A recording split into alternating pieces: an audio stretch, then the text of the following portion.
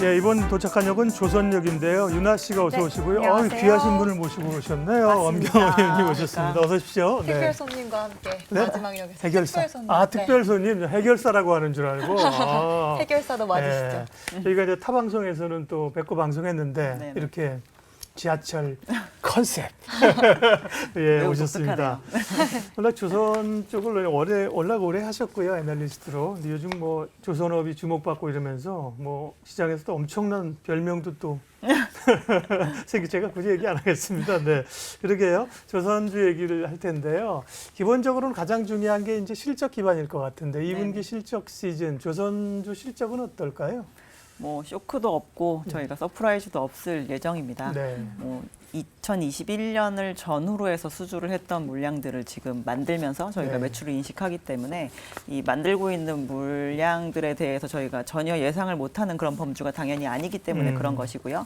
그래서 대체적으로 선가가 21년 하반기 정도부터 오르기 시작했기 때문에 이제 그런 부분들이 얼마나 빨리 섞이느냐에 따라서 실적 턴어라운드가 빨리 일어나는 업체가 있고 아닌 업체가 있고의 이제 차이가 있지만 추세적으로는 비슷하다. 그래서 저희가 이제 작년보다 매출이 대부분 많이 늘어나는 모습을 보일 거는 비슷비슷한데 흑자 전환의 폭이 얼마나 있냐는 업체마다 약간씩 다를 수 있다라고 보시면 될 것 같습니다. 1분기에는 분기별로 보면 이제 회사별로 좀 다르죠. 완전히 다 흑자 전환한 건 아니죠. 저희가 결국 나중에 뭐 충당금 떠는 이슈가 있었어가지고 그냥 완전하게 영업흑자 전환한 업체는 삼성중공업 하나였다고 보시면 네. 될 것 같고요.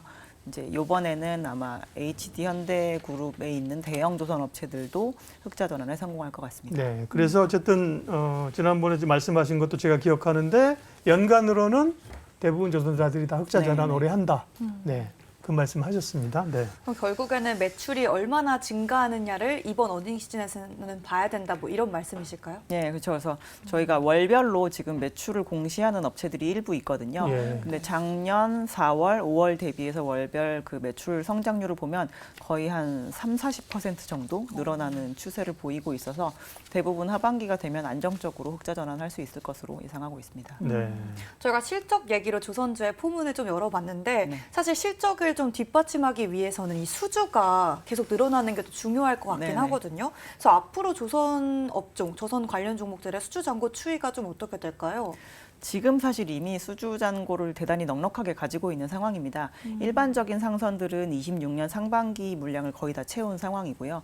저희가 LNG 캐리어가 이제 이번 시장의 이제 대장 선종이었었는데 네. 이미 27년에 인도할 선박들을 수주를 하고 있거든요. 그래서 저희가 수주 잔고를 무조건 길게만 가져가는 것이 다 좋은 건 아닌 게 저희가 그 물량을 주문한 고객들이 3년 뒤에 4년 뒤에 어떻게 될지 사실 모르는 것이기 때문에 성과도 바뀌고. 그렇죠. 예. 그래서 너무 불확실성을 길게 가져가는 건 사실 좋지 않습니다. 그래서 지금 현재 그 수주 잔고 수준이 매우 적당한 수준이고요. 예. 근데 저희가 21년, 22년, 그리고 23년 상반기까지의 대장 선종이었던 컨테이너 LNG는 지금 수주 잔고가 이제 기존에 있는 선박들 대비해서 상당히 넉넉한 편인데 아직까지 선박 시장에서 많은 부분을 차지하는 탱커라던가 벌커는 발주가 별로 나오지 않고 있는 상황입니다. 그래서 그 뒤로도 저희가 이제 기존의 대장 선종의 업황이 죽는다고 하더라도 앞으로 수주 나올 선종에 대해서 기대할 부분이 아직 넉넉하게 많이 남아있다라고 보시면 될 것 같아요. 네. 그럼 좀 수주 잔고가 모자란 선종들도 있는지 궁금하고요. 그거에 대해서 대응을 좀 어떻게 하고 있는지도 궁금해요.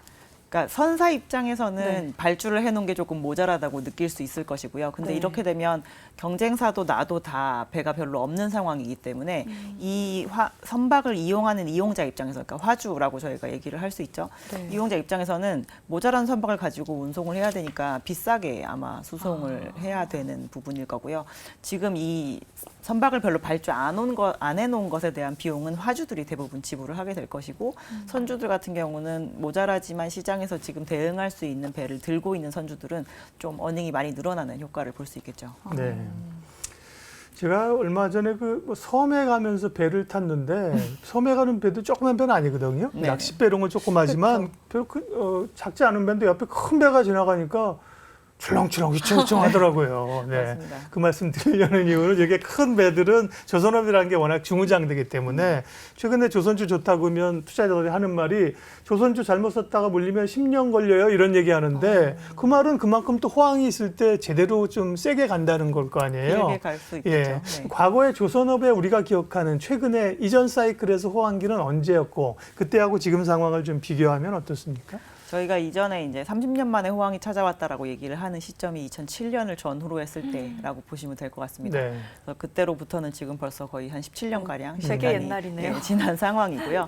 그때 당시는 저희가 배를 만들면서 수주를 하면서 계속 배를 만들 수 있는 역량을 주구장창 늘리는 시기였었어요. 그래서 한국의 조선 업체의 그 저희가 캐파라고 얘기를 하죠. 생산 능력이 어제와 오늘이 다른 그런 수준으로 이제 늘어나는 시기였었습니다. 그야말로 막 성장하는 산업 네, 시기였네요. 그래서 이제 몸집이 예. 키워져 있는 상황이니까 사실 수주가 어느 순간 들어오다가 딱 끊기면 그것만큼 위험한 게 없거든요. 그렇죠. 나는 이미 만들 수 있는 역량과 맞아요. 인력을 네. 상당히 많이 보유를 하고 있는데 네. 이제 그 부분을 계속 돌릴 수 없는 물량의 상황에 처하게 되면 저희가 당연히 서로 경쟁적으로 저가로 수주를 하려는 노력을 하겠죠. 그래서 그 이전 사이클과 조금 다른 점이라고 한다면 이번에는 그런 증설 사이클은 아니라는 겁니다. 저희가 뭐 매일매일 뉴스에서 나오지만 조선업계에 뭐 일할 사람이 없다 등등 여러 가지 이야기가 나오고 있는데요. 실제로 사업장도 엄청나게 많이 줄고 특히나 우리나라 사업장 정리가 전 세계에서 제일 잘 된 편이거든요. 1등부터 150등까지의 한국 사업장은 10개밖에 없습니다. 근데 일본 같은 경우는 한 40곳, 그리고 중국 같은 경우는 60곳이 넘게 사업장이 남아있는 정리가 잘 됐다는 거는 깨끗하게 청소를 잘했다는 게 아니라 구조조정이 이제 잘 돼 있다 이런 구조조정이 말씀이신 완벽하게 거죠? 이루어진 상황이기 예. 때문에 저희가 이 사업장들이 연명할 수 있을 정도의 물량이라고 하면 사실 옛날만 그렇게 많이 나올 필요도 예, 없거든요. 예. 그래서 저희가 굳이 무리해서 저희가 더 싸게 만들어 드리겠습니다라고 그런 노력을 할 필요가 없게 되는 거죠. 근데 구조조정이라는 게 사실 좀 어감 자체가 좀 부정적이잖아요. 네. 근데 많던 기업체, 업체들이 10개 정도로 줄었다고 하면 좀 알짜배기만 남은 느낌이에요? 좀 어떤 느낌이에요?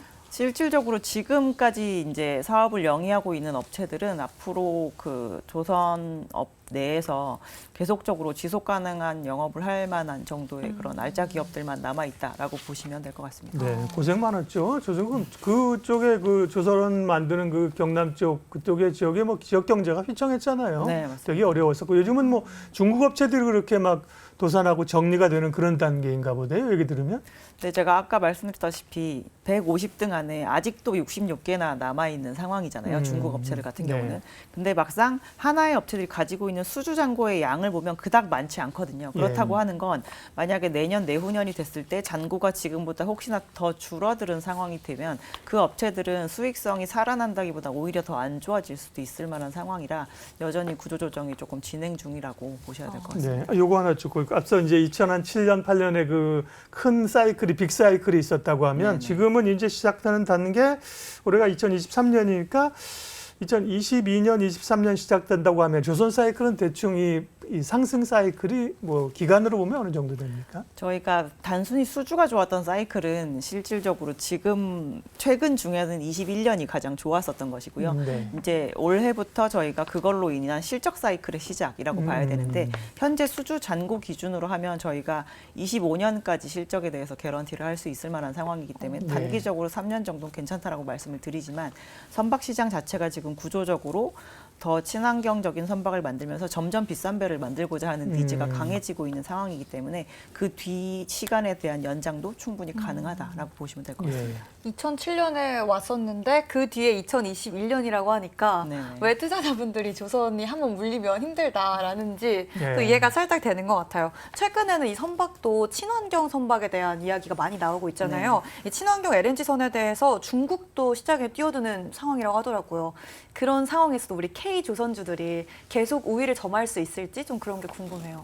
중국은 그러니까 LNG 추진선 얘기하시는 것 같은데 네. 그냥 단순히 LNG 자체에 대한 LNG 캐리어에 대한 니즈도 많은 국가입니다. 점점 그리고 그 수요에 대해서 성장하는 국가 중에 하나인지라 중국이 자체적으로 필요로 하는 LNG 선박의 수요가 되게 많은데 네. 중국이 1년에 만들 수 있는 그 척수가 한 4척밖에 안 돼요. 어. 우리나라가 한 60척 만들 수 있거든요. 차이가 그거에 많이 나네요. 비교하면 대단히 이제 차이가 많다는 걸 아실 수 있을 텐데 아무리 그 역량 양량이 좀 모자라도 자국에서 필요로 하는 수요 정도는 맞출 수 있을 때까지 늘리려고 하는 그런 움직임을 당연히 보이겠죠. 그래서 네. 저희가 봤을 땐 한 20척 정도까지 올라오도록 계속 앞으로 이제 자국 발주를 되게 적극적으로 하지 않을까라고 생각을 하고 있고요.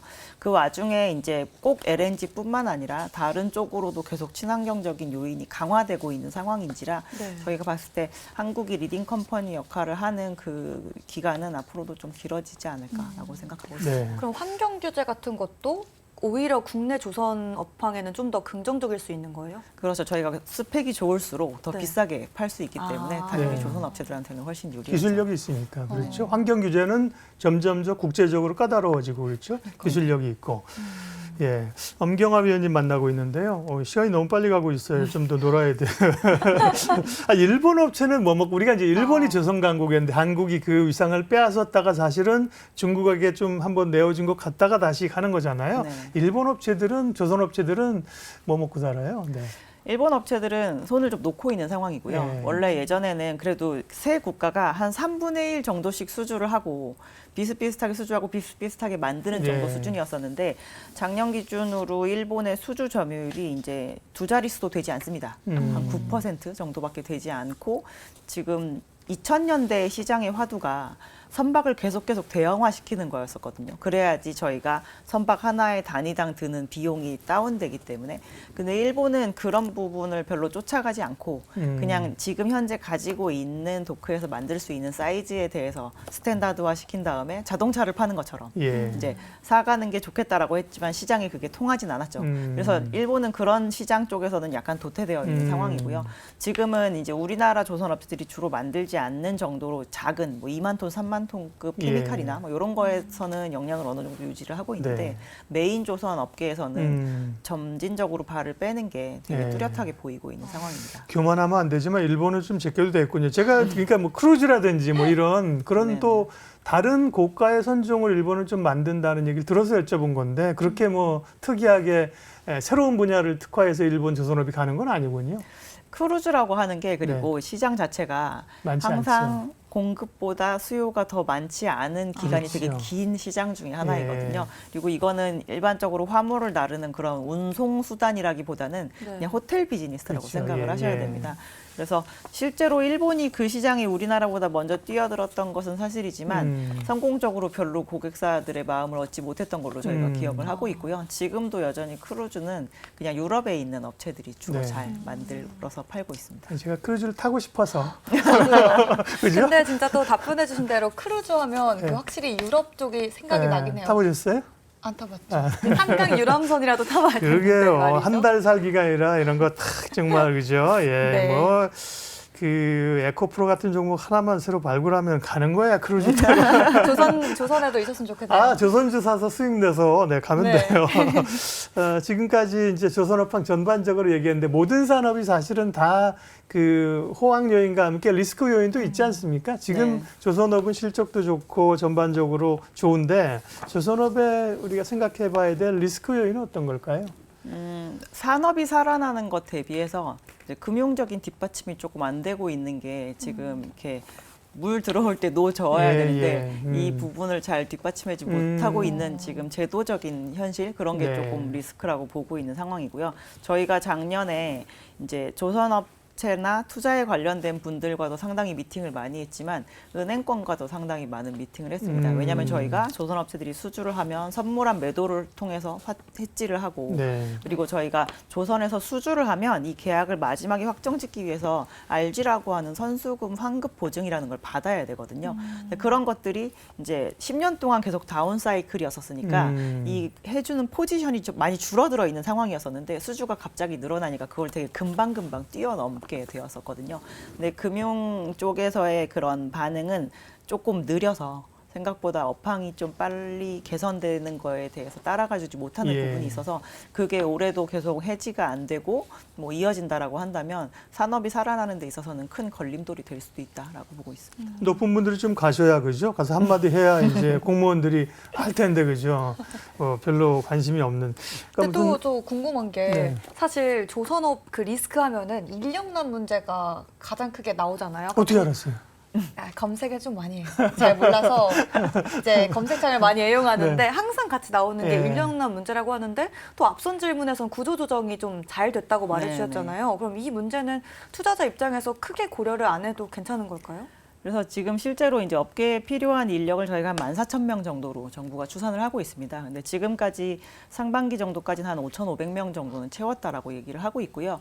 저희가 2023년 연초에 조선업체들이랑 미팅을 할 때와 2023년 상반기 말미에 미팅을 할 때 분위기는 약간 사뭇 다른 편인데요. 메이저 업체들 같은 경우는 그래도 인력에 대한 충원이 그 사이에 이제 저희가 많이 노력했던 그런 외국인 충원 때문이 아니라 다른 네. 업종에서 조금 전배되어서 오는 그런 인력으로 인해서 해소가 되고는 있다. 근데 이제 내년까지 계속 저희가 건조 물량이 늘어날 예정이기 때문에 네. 아마 이 얘기는 잡음은 분명히 계속 나오긴 하겠지만 이제 이 인력이 어느 정도 이전된다라고 한다면 해결 가능한 문제다라고 보고 있습니다.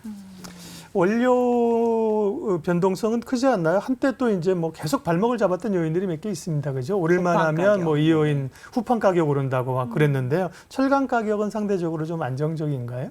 철강 가격은 작년에 이제 많이 올랐다가 좀 작년 2분기에 이제 원자재 가격이 좀 많이 내려가면서 그 네. 뒤로 조금 조정을 받고 지금 느린 속도로 조금씩 다시 오르고 있는 상황입니다. 근데 저희가 궁극적으로 이 재료 가격이 느린 속도로 오른다라고 하는 건 그 재료를 계속 쓰고자 하는 니즈가 그래도 계속 조금씩 생겨난다라는 의미이기도 하거든요. 네. 그래서 그거를 저희도 어차피 선박이라는 제품 가격에 전가를 시켜버리면 되는 문제이기 때문에 너무 급변하지 않는 선이라고 한다면 강보합 수준으로 가는 것이 저희는 업황상으로 그렇게 나쁘지 않다라고 보고 있고요. 지금은 그 많이 레벨이 업된 그 저희가 재료 가격을 어느 정도 적용한 선박의 가격으로 수주를 하고 있는 상황이기 때문에 작년과 같은 그런 변동성은 아마 좀 찾기 어려울 것이다라고 보셔도 될 네. 것 같습니다. 한동안 이제 철강 가격 오른다고 했고 또 뭐 예전에는 안 좋으면 막 충당금 쌓고 이런 네네. 것도 지금은 이제 굳이 뭐 충당금 같은 거 많이 쌓을 일은 없겠네요. 충당금을 이제 잔고에 대해서 저희가 한꺼번에 보통 반영을 하기 때문에 그렇게 예. 비싸게 되는 건데요. 지금 정도의 이 후판 가격을 어느 정도 적용을 해서 미리 반영을 해놓은 상황이라 추가적으로 더 떨 위험은 없는 것으로 알고 있습니다. 네. 또 윤아 씨 조선주에 대해서 네. 예, 궁금한 거. 네. 조선주 사실 아까 전에 답변이 살짝 흘려 나오긴 했는데 저는 이 사이클이 또 열심히 서치를 해보니까 앞으로 뭐 3년인가 그 정도 더 남아있다. 아직 장기적인 사이클이 더 남아있다고 하셨는데 3년 정도 더 호황이 지속될 것인지 장기적으로 얼마나 갈 수 있을까요? 산업적으로는 호황이 지속이 되는 거는 뭐 3년 정도는 저희는 개런티할 수 있을 거라고 보고 있고요. 네. 올해 받고 내년 받는 수주에 따라서 그거에 대한 연장도 아까 가능하다고 말씀을 드린 상황이라 뭐 저희가 봤을 때는 과거와 같은 그렇게 이제 한순간에 뭐 수주가 급격하게 줄어든다거나 아니면 선가가 이렇게 꼬꾸라진다거나 이럴 일은 좀 없지 않을까 그러면 좀 싶습니다. 무식한 질문을 좀 드려볼게요. 그때하고 지금 사이클은 다르지만 네. 정말 큰 빅사이클이 들어왔을 때 조선업 대표주가 그 밸류를 얼마나 받았는지 소위 이제 뭐 쉽게 밸류 뭐보다도 몇 배 정도 올랐는지 그죠. 지금은 사실은 그 주가에 반영된 부분이 어느 정도일까 레벨로 보면. 저희가 그 이제 조선업체의 자산은 수주 잔고가 되게 큰 자산이기 예. 때문에 저희가 잔고 베이스로 해서 순자산 가치 대비 몇 배의 주가 수준인가를 많이 이제 얘기를 하는데요. 네. 네. 그때 당시 모두 다 고점이 5배였습니다. 예. 순자산 가치 예. PBR 5배라고 하죠.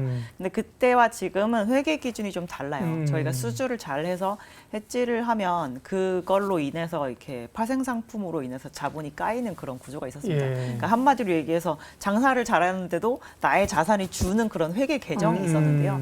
그거를 제외하고 본다라고 한다면 맥시멈으로 볼 수 있는 수준은 저희 한 3배 정도라고 보고 있고요. 네. 최근에 이제 주가가 많이 오른 하나오션 같은 경우가 이미 그 부분을 약간 뚫고 올라간 네. 상황인데 저희가 성장하는 산업에 대해서는 미래의 실적을 땡겨서 밸류에이션을 보통 많이 하는데 조선은 10년 동안 저희가 적자와 흑자를 왔다 갔다 했기 때문에 네. 지금은 선반영을 하는 정도가 대단히 적은 편입니다. 있습니다. 예. 그래서 만약에 24년의 실적을 좀 끌어온다거나 이렇게 되면 지금의 조선주 주가도 사실 그닥 부담스럽지 않은 수준이고요.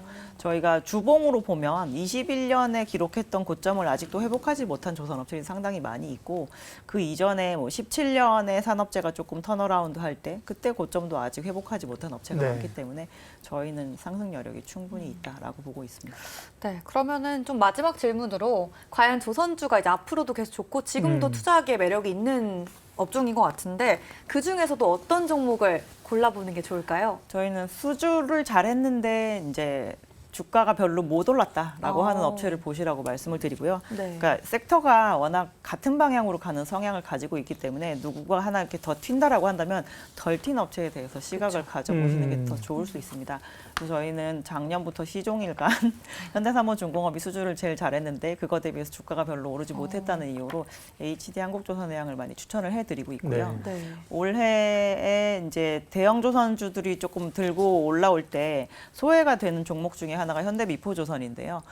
실제로 실적 시즌에 분명히 튀지는 못하겠지만 지금 이 회사가 주력으로 수주를 받는 선종의 업황이 가장 안 좋았다가 좋아지고 있는 상황이기 때문에 수주 모멘텀 측면에서는 한번 네. 관심을 가져보시는 게 좋을 것 같습니다. HD 한국조선해양, 현대미포조선 두 기업을 관심주로 얘기를 해주셨고요. 앞서 시간이 많다고 또 교만을 떨어뜨리나 시간 다 갔습니다.